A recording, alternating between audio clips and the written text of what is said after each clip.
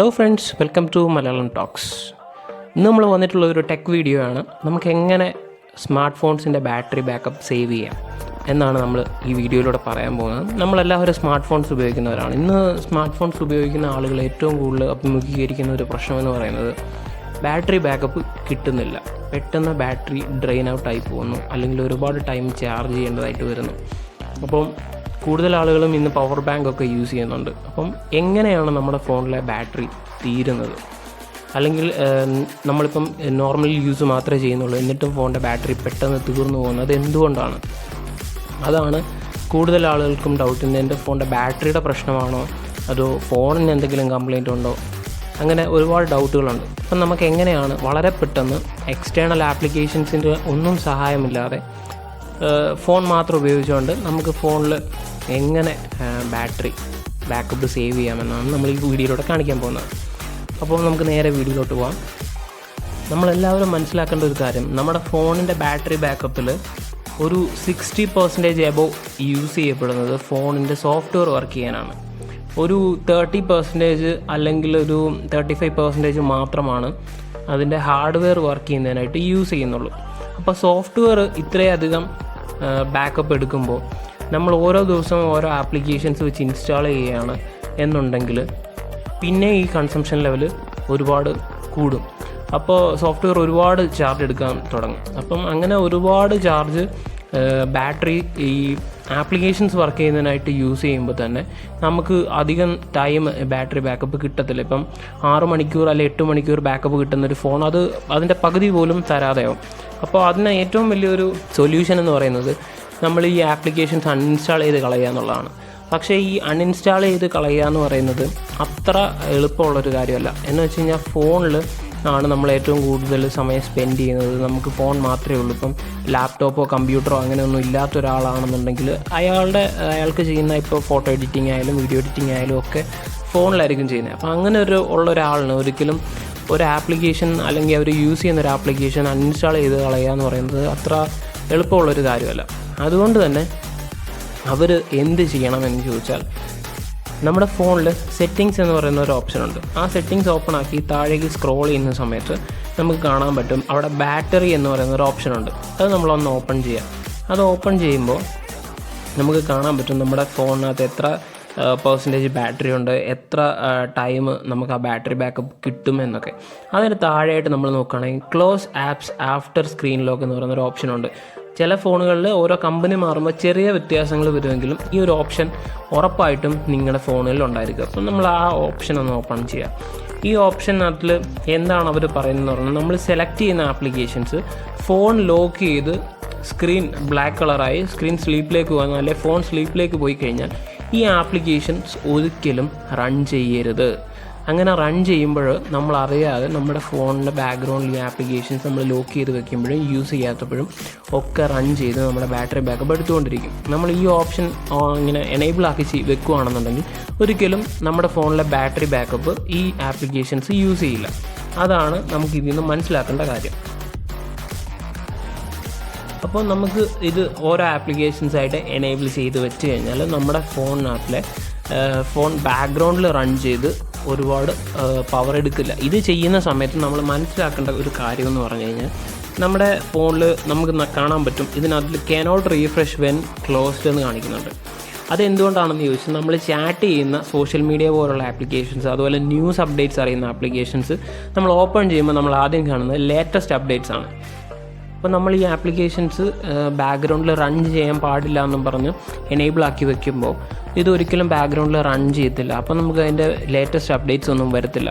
അപ്പം നമുക്കൊരാൾ മെസ്സേജ് അയക്കുകയാണ്, പക്ഷേ ആ മെസ്സേജ് ഒരിക്കലും അതേ അയക്കുന്ന ആ ടൈമിൽ തന്നെ നമുക്ക് നമ്മുടെ ഫോണിൽ റിസീവ് ആവത്തില്ല. നമ്മൾ എപ്പോഴാണ് ആ ആപ്ലിക്കേഷൻ ഓപ്പൺ ആക്കുന്നത് ആ സമയത്ത് മാത്രമായിരിക്കും ആ മെസ്സേജ് നമ്മൾ കാണുന്നത്, അല്ലെങ്കിൽ നമുക്ക് നോട്ടിഫിക്കേഷൻസ് ലഭിക്കുന്നത്. അതാണ് ഈ റെഡ് കളറിൽ കാണിച്ചിരിക്കുന്ന കനോട്ട് റീഫ്രഷ് വെൻ ക്ലോസ്ഡ്. അപ്പോൾ അങ്ങനെയുള്ള ആപ്ലിക്കേഷൻസ് നമ്മൾ നോക്കുക. അപ്പം നമ്മൾ കൂടുതൽ ടൈം അല്ലെങ്കിൽ നമുക്ക് ഇമ്പോർട്ടൻറ്റ് മെസ്സേജസ് നമ്മൾ ചാറ്റ് ചെയ്യുന്നത് കൂടുതലും വാട്സപ്പിലാണെങ്കിൽ അങ്ങനെയുള്ള ആപ്ലിക്കേഷൻസ്, അതിപ്പോൾ ഒരുപാട് ആപ്ലിക്കേഷൻസ് ഇല്ല, 1 or 2 ആണെങ്കിൽ അത് മാത്രം ഇങ്ങനെ ക്ലോസ് ചെയ്യാതെ വെച്ച് ബാക്കിയുള്ള ആപ്ലിക്കേഷൻസ് നമുക്ക് ക്ലോസ് ചെയ്യാം. അപ്പം കൂടുതൽ ടൈം നമുക്ക് ബാറ്ററി ബാക്കപ്പ് കിട്ടുന്നതായിരിക്കും.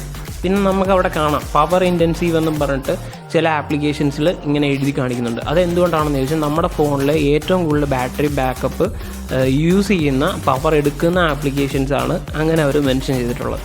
അത് നമുക്ക് ഈ ഫോണിനകത്തൂടെ മനസ്സിലാക്കാൻ പറ്റുന്നതാണ്. ചില ഫോണുകളിൽ നമ്മൾ സെറ്റിങ്സിൽ ബാറ്ററി ഓപ്ഷൻ സെലക്ട് ചെയ്ത് കഴിഞ്ഞാൽ close apps after screen lock എന്ന് പറഞ്ഞ ഓപ്ഷൻ ഡയറക്റ്റ് കാണാൻ പറ്റിയെന്ന് വരില്ല. അപ്പോൾ നമ്മൾ ചെയ്യേണ്ട ഒരു കാര്യം, നമ്മുടെ ഫോണിൽ സെറ്റിങ്സിൽ ആപ്സ് എന്ന് പറയുന്ന ഒരു ഓപ്ഷൻ ഉണ്ട്, അല്ലെങ്കിൽ ആപ്ലിക്കേഷൻസ് എന്ന് കാണും, അല്ലെങ്കിൽ ആപ്പ് മാനേജ്മെൻറ്റ് എന്ന് കാണും. ഇതിലേതെങ്കിലും ഒരു ഓപ്ഷൻ, ഇത് ഓരോ ഫോണിൻ്റെ ഓരോ കമ്പനി മാറുമ്പോൾ അതിൽ നെയിമിന് ചേഞ്ചസ് വരും. എങ്കിലും ആപ്സ്, ആപ്ലിക്കേഷൻസ്, ആപ്പ് മാനേജ്മെൻറ്റ് എന്നൊക്കെ പറഞ്ഞായിരിക്കും കാണുന്നത്. അത് ഓപ്പൺ ചെയ്യുക. അത് ഓപ്പൺ ചെയ്ത് കഴിയുമ്പോൾ നമുക്ക് അതിൽ ഓരോ ആപ്ലിക്കേഷൻസ് ആയിട്ട് സെലക്ട് ചെയ്യാൻ പറ്റും. ആ ആപ്പ് സെലക്ട് ചെയ്ത് അതിൻ്റെ താഴേക്ക് പോകുമ്പോൾ പെർമിഷൻസും ബാറ്ററി എന്നും പറഞ്ഞൊരു ഓപ്ഷൻ കാണാം. ആ ബാറ്ററി ഓപ്ഷൻ എടുത്തു കഴിഞ്ഞാലും ഈ ക്ലോസ് ആഫ്റ്റർ സ്ക്രീൻ ലോക്ക് എന്ന് പറയുന്ന ഓപ്ഷൻ കാണാൻ സാധ്യതയുണ്ട്. അവിടെ പോയി ആ ഒരു വഴി പോയി നമുക്ക് അത് ചെയ്യാൻ പറ്റുന്നതാണ്. അടുത്തതായിട്ട് നമ്മൾ ഫോണിൻ്റെ ബാറ്ററി ബാക്കപ്പ് സേവ് ചെയ്യുമ്പോൾ ശ്രദ്ധിക്കേണ്ട ഒരു കാര്യമാണ്, നമ്മൾ ആ ഫോൺ വാങ്ങുമ്പോൾ നമുക്ക് കിട്ടുന്ന അതിൻ്റെ ബ്രാൻഡഡ് ആയിട്ടുള്ള കമ്പനി തരുന്ന ചാർജർ തന്നെ യൂസ് ചെയ്യുക എന്നുള്ളത്. കാര്യം നമ്മുടെ ഫോണിന് എത്ര ചാർജാണോ ആവശ്യം ആ ചാർജായിരിക്കും ആ ചാർജറിൽ നമുക്ക് കിട്ടുന്നത്. നമ്മൾ ആഫ്റ്റർ മാർക്കറ്റിൽ നിന്നൊരു ചാർജർ വാങ്ങിക്കുമ്പോൾ ഒരു പക്ഷേ ഈ വോൾട്ടേജസിൽ വേരിയേഷൻസ് ഉണ്ടാവാം. ചിലപ്പോൾ അതൊരു ബ്രാൻഡഡ് പ്രോഡക്റ്റ് അല്ല എങ്കിൽ അതിൽ മെൻഷൻ ചെയ്തേക്കുന്ന എമൗണ്ടിലായിരിക്കത്തില്ല അതിന് വോൾട്ടേജ് പുറത്തേക്ക് വരുന്നത്, അല്ലെങ്കിൽ അതിൻ്റെ ഔട്ട്പുട്ടിലൊക്കെ വ്യത്യാസം ഉണ്ടായിരിക്കും. അത് നമ്മുടെ ഫോണിൻ്റെ ബാറ്ററി ലൈഫിനെ ബാധിക്കും. അപ്പോൾ അങ്ങനെയുള്ള പ്രോഡക്റ്റ്സ് യൂസ് ചെയ്യുമ്പം സ്വന്തം റിസ്ക്കിൽ തന്നെ യൂസ് ചെയ്യുക. അപ്പോൾ നമുക്ക് ഇങ്ങനെയുള്ള പ്രശ്നങ്ങൾ ഉണ്ടാവും നമ്മൾ മുൻകൂട്ടി കണ്ടുകൊണ്ട് വേണം അങ്ങനെയുള്ള പ്രോഡക്റ്റ്സ് യൂസ് ചെയ്യാൻ. പിന്നെ ചിലർക്ക്, കൂടുതൽ ആളുകൾക്കും ഒരു വിചാരമുണ്ട്, നമ്മുടെ ഫോണിൽ ഒരു ഫാസ്റ്റ് ചാർജർ വെച്ച് കഴിഞ്ഞാൽ ഓവറായിട്ട് അല്ലെങ്കിൽ വളരെ പെട്ടെന്ന് തന്നെ ചാർജ് ചെയ്യാൻ പറ്റും. അങ്ങനെ ഫാസ്റ്റ് ചാർജ് ചെയ്യാൻ പറ്റില്ല എന്നുള്ളതാണ് സത്യം. നമ്മുടെ ഫോൺ ഫാസ്റ്റ് ചാർജ് സപ്പോർട്ട് ചെയ്യുന്നുണ്ടെങ്കിൽ മാത്രമേ ഒരു ഫാസ്റ്റ് ചാർജർ യൂസ് ചെയ്ത് ചാർജ് ചെയ്യാവൂ. അത് ഫാസ്റ്റ് ചാർജർ വാങ്ങിക്കുമ്പോൾ എപ്പോഴും ബ്രാൻഡഡ് ആയിട്ടുള്ളത് തന്നെ വാങ്ങിക്കാനായിട്ട് ശ്രദ്ധിക്കുക. അതുപോലെ തന്നെ നമ്മുടെ ഫോൺ ചാർജ് ചെയ്യുന്ന ചാർജറിന് എത്രത്തോളം പ്രാധാന്യമുണ്ടോ അത്രത്തോളം പ്രാധാന്യമുണ്ട് ചാർജറിൻ്റെ കേബിളിനും. നമ്മുടെ ഫോൺ വാങ്ങിക്കുമ്പോൾ നമുക്ക് കിട്ടുന്ന ചാർജർ, ആ ചാർജറിൽ നിന്ന് വരുന്ന ഔട്ട്പുട്ട് വോൾട്ടേജ് എത്രയായാലും, എത്ര ആംപിയർ കറണ്ട് ആയാലും അതുപോലെ അതിനെ അത്രയും ഒട്ടും ലോസ് ആവാതെ ഒരു വയറിലൂടെ കയറിയാണ് നമ്മുടെ ഫോണിലേക്ക് എത്തുന്നത്. അപ്പോൾ ആ വയറിൻ്റെ ക്വാളിറ്റിയും നമ്മൾ എപ്പോഴും ശ്രദ്ധിക്കണം. ചിലപ്പം വയർ പെട്ടെന്ന് പോവാം, പൊടിഞ്ഞു പോവാം, പൊട്ടിപ്പോവാം. ഇപ്പോൾ സാംസങ്ങിൻ്റെയൊക്കെ ചില വയറുകൾ പെട്ടെന്ന് പോവും. അത് എന്തുകൊണ്ടാണെന്ന് ചോദിച്ചാൽ അത് നമ്മൾ ഉപയോഗശേഷം ഉപേക്ഷിച്ച് കഴിഞ്ഞാൽ അത് വളരെ പെട്ടെന്ന് പൊടിഞ്ഞ് മണ്ണിൽ കയറണം. അതൊരു വേസ്റ്റായിട്ട് നിൽക്കരുത്. അതിന് വേണ്ടിയിട്ടാണ് അത്തരത്തിലുള്ള മെറ്റീരിയൽസ് ഉപയോഗിച്ച്. ഇപ്പോൾ ആപ്പിളിൻ്റെയൊക്കെ ചാർജറൊക്കെ ആണെങ്കിൽ നിങ്ങൾക്കറിയാം വളരെ പെട്ടെന്ന് അങ്ങനെ പൊടിഞ്ഞു പോകാറുണ്ട്. ഹെഡ്ഫോൺസ് ആയിക്കോട്ടെ, ഹെഡ്ഫോണിൻ്റെ വയറുകളൊക്കെ അങ്ങനെ പൊടിഞ്ഞു പോകാറുണ്ട്. അതുകൊണ്ടുള്ള അങ്ങനെയുള്ള കേബിൾസ് ഡാമേജ് ആകുമ്പോൾ നമ്മൾ പോയി ആഫ്റ്റർ മാർക്കറ്റിൽ നിന്ന് കുറഞ്ഞ ടൈപ്പ് കേബിൾ വാങ്ങിച്ചിടാതെ കുറച്ച് ബ്രാൻഡഡ് ആയിട്ടുള്ള, അല്ലെങ്കിൽ നമ്മുടെ ഫോണിൻ്റെ തന്നെ കേബിൾ എങ്ങനെയെങ്കിലും വാങ്ങാൻ പറ്റും, ഓൺലൈൻ വഴിയൊക്കെ വാങ്ങാൻ പറ്റുമെങ്കിൽ വാങ്ങിച്ചിട്ട് അത് തന്നെ യൂസ് ചെയ്യുന്നതായിരിക്കും നല്ലത്. കേബിൾ മോശമാണെങ്കിലും നമ്മുടെ ഫോണിലേക്ക് എത്തുന്ന വോൾട്ടേജിൽ അല്ലെങ്കിൽ ഔട്ട്പുട്ട് വോൾട്ടേജിൽ വേരിയേഷൻ വരും. അത് നമ്മുടെ ബാറ്ററി ചാർജിങ്ങിനെ ബാധിക്കാം. മൂന്നാമതായിട്ട് നമ്മൾ ഫോൺ ചാർജ് ചെയ്യും. എപ്പോഴും നമ്മൾ ഫോൺ ചാർജ് ചെയ്യുമ്പോൾ നമ്മൾ മനസ്സിലാക്കേണ്ട ഒരു കാര്യമുണ്ട്. ഫോൺ ചാർജ് ചെയ്യുമ്പോൾ 0 to 100 എന്ന് പറയുന്നത് ഒരു സൈക്കിളാണ്.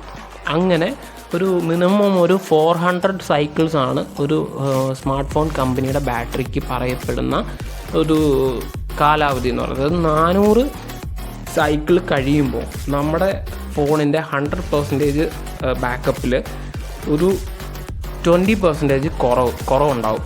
അതാണ് ശരിക്കും സയൻറ്റിസ്റ്റുകളൊക്കെ പറയുന്നത്. ഒരു 20% കുറവ് 400 സൈക്കിൾ നമ്മൾ കംപ്ലീറ്റ് ചെയ്യുമ്പോൾ നമുക്കുണ്ടാവും. അപ്പോൾ പിന്നീട് നമ്മൾ ഫോൺ വാങ്ങിച്ചപ്പോൾ ഉള്ള അതേ ഒരു എഫിഷ്യൻസി കാണിക്കണമെന്നില്ല. അത് നമ്മൾ യൂസ് ചെയ്യുന്നതിൻ്റെ ഫലമായിട്ട് ഉണ്ടാകുന്ന ഒരു കുറവാണ്.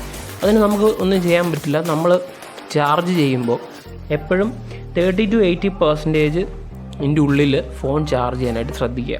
എപ്പോഴും 80 എബോവ് ആക്കാതെയും അതുപോലെ 30 ബിലോ ആക്കാതെയും നമ്മൾ ചാർജ് ചെയ്യുകയാണെങ്കിൽ അതൊരു നല്ല ചാർജിങ് സൈക്കിളായിരിക്കും. അപ്പോൾ നമുക്ക് കുറച്ചും കൂടെ ചാർജിങ്ങിൽ എഫിഷ്യൻസി കൊണ്ടുവരാനായിട്ട് പറ്റും. അതുപോലെ ബാറ്ററിയുടെ ലൈഫ് കൂട്ടാനായിട്ട് നമുക്ക് പറ്റും.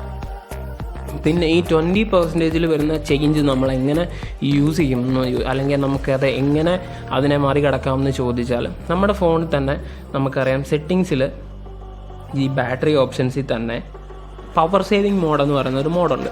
അതെന്തിനാണെന്ന് ചോദിച്ചാൽ, പവർ സേവിങ് മോഡ് നമ്മൾ എനേബിൾ ചെയ്ത് കഴിഞ്ഞാൽ നമ്മുടെ ഫോണിനകത്തുണ്ടാകുന്ന ഒരു വിൻഡോയിൽ നിന്ന് മറ്റൊരു വിൻഡോയിലേക്ക് പോകുന്നു, അല്ലെങ്കിൽ ബാക്ക് ബട്ടൺ യൂസ് ചെയ്ത് ബാക്കിലേക്ക് വരുന്നു, അപ്പോഴൊക്കെ കാണുന്ന ആനിമേഷൻസിലൊക്കെ റെസ്ട്രിക്ഷൻ ഉണ്ടാവും. അതുപോലെ നമ്മുടെ സ്ക്രീൻ ഫുൾ HD ആയിട്ടുള്ളൊരു ഡിസ്പ്ലേ ആണെങ്കിൽ അത് HD മാറും. അങ്ങനെ ചെറിയ ചില വ്യത്യാസങ്ങൾ വരും. അതുപോലെ നമുക്ക് ഫോണിൻ്റെ സ്ക്രീൻ ഡിമ്മായി സ്ലീപ്പിലേക്ക് പോകുന്ന ടൈം നമുക്ക് അഡ്ജസ്റ്റ് ചെയ്യാൻ പറ്റും ഡിസ്പ്ലേയിൽ പോയി കഴിഞ്ഞാൽ. അങ്ങനെയുള്ള കാര്യങ്ങൾക്ക് റെസ്ട്രിക്ഷൻ വരും. അത് പവർ സേവിങ് മോഡിലിട്ട് കഴിഞ്ഞാൽ അതെല്ലാം ആ ഫോണിൻ്റെ പവർ സേവിങ് മോഡ് എന്താണോ സെറ്റ് ചെയ്തേക്കുന്നത് അതിലേക്ക് മാറും. അപ്പം നമുക്കത് മാനുവലായിട്ട് പിന്നീട് അഡ്ജസ്റ്റ് ചെയ്യാൻ പറ്റില്ല. നമ്മൾ ഈ പവർ സേവിങ് മോഡ് മാറ്റിയാൽ മാത്രമേ നമുക്കത് ചെയ്യാൻ പറ്റൂ. അതാണ് അതിനകത്തിൽ വരുന്ന ഒരു ഡിഫറൻസ് എന്ന് പറയുന്നത്. അപ്പോൾ പവർ സേവിങ് മോഡ് ഇട്ട് കഴിഞ്ഞാൽ നമുക്ക് കുറച്ചും കൂടി ബാറ്ററി ബാക്കപ്പ് കിട്ടുന്നതായിരിക്കും. അതുപോലെ ഫോണിൻ്റെ ബ്രൈറ്റ്നസ്, നമ്മളിപ്പോൾ 100% ബ്രൈറ്റ്നസ് ഇട്ടാലും കുറച്ച് സെക്കൻഡ് കഴിയുമ്പോൾ അത് നേരെ 75% വരും. അത് ഓരോ ഫോണിനും അതിൻ്റേതായ ചില വ്യത്യാസങ്ങളുണ്ടായിരിക്കും. എങ്കിലും പവർ സേവിങ് മോഡ് യൂസ് ചെയ്ത് നമുക്ക് കുറച്ചൊക്കെ ബാറ്ററി സേവ് ചെയ്യാൻ പറ്റുന്നതാണ്.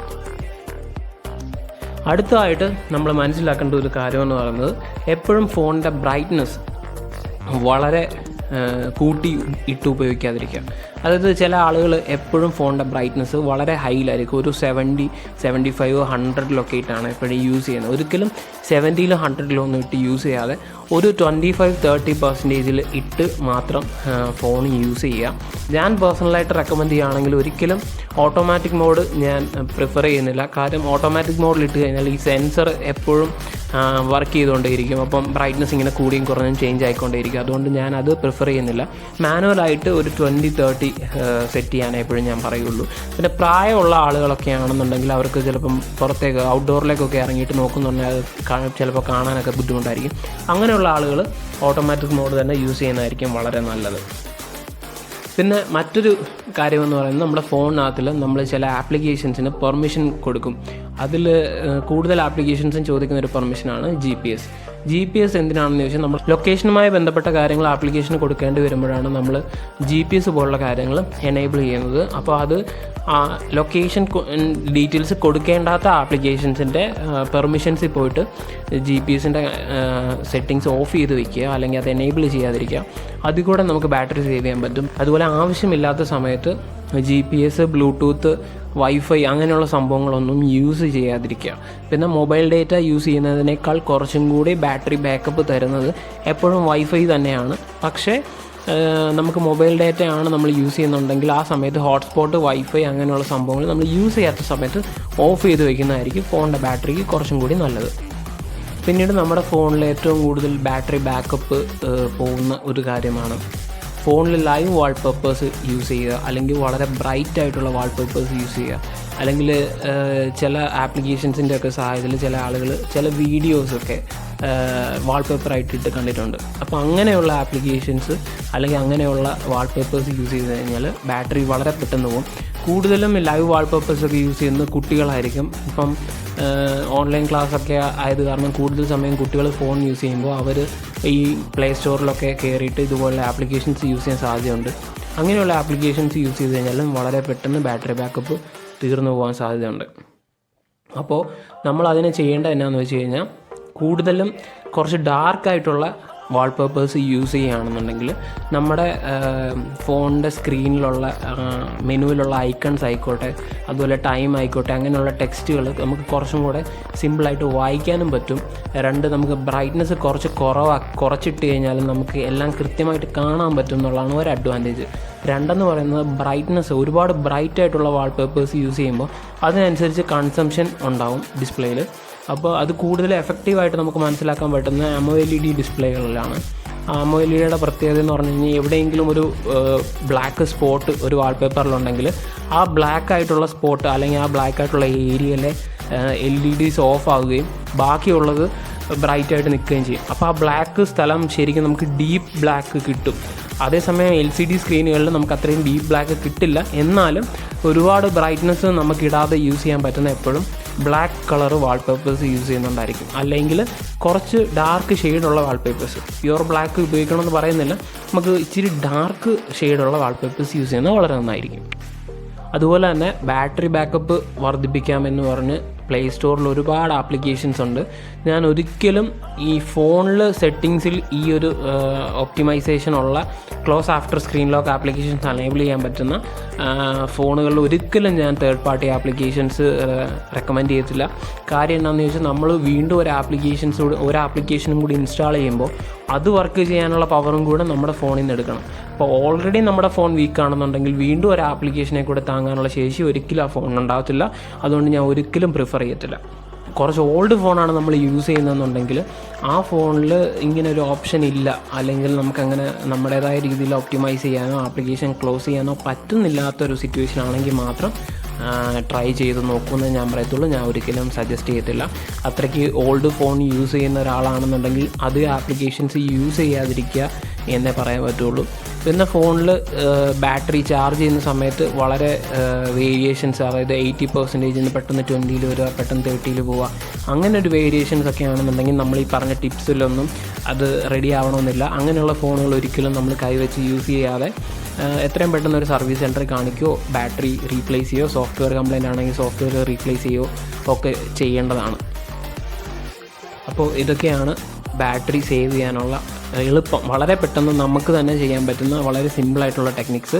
വേറെ ഒരു ആപ്ലിക്കേഷന് സഹായമില്ലാതെ, ഒരു ഇൻ്റർനെറ്റോ അങ്ങനെയുള്ള കാര്യങ്ങളൊന്നും ഇല്ലാതെ ഫോൺ മാത്രം നമ്മുടെ കയ്യിൽ യൂസ് ചെയ്തുകൊണ്ട് വളരെ പെട്ടെന്ന് നമുക്ക് എങ്ങനെ ബാറ്ററി സേവ് ചെയ്യാം എന്നുള്ള ടിപ്സാണ് ഞാൻ ഈ വീഡിയോയിലൂടെ പറഞ്ഞത്. നിങ്ങൾക്കത് മനസ്സിലായെന്ന് വിചാരിക്കുന്നു. ഇതുപോലുള്ള വീഡിയോസ് നമ്മൾ ഇനിയും വരുന്നതായിരിക്കും. നമ്മളെ സബ്സ്ക്രൈബ് ചെയ്യുക, സപ്പോർട്ട് ചെയ്യുക, ഷെയർ ചെയ്യുക, ലൈക്ക് ചെയ്യുക, കമൻറ്റ് ചെയ്യുക. അപ്പോൾ പുതിയൊരു വീഡിയോ ആയിട്ട് കാണും വരെ ഗുഡ് ബൈ.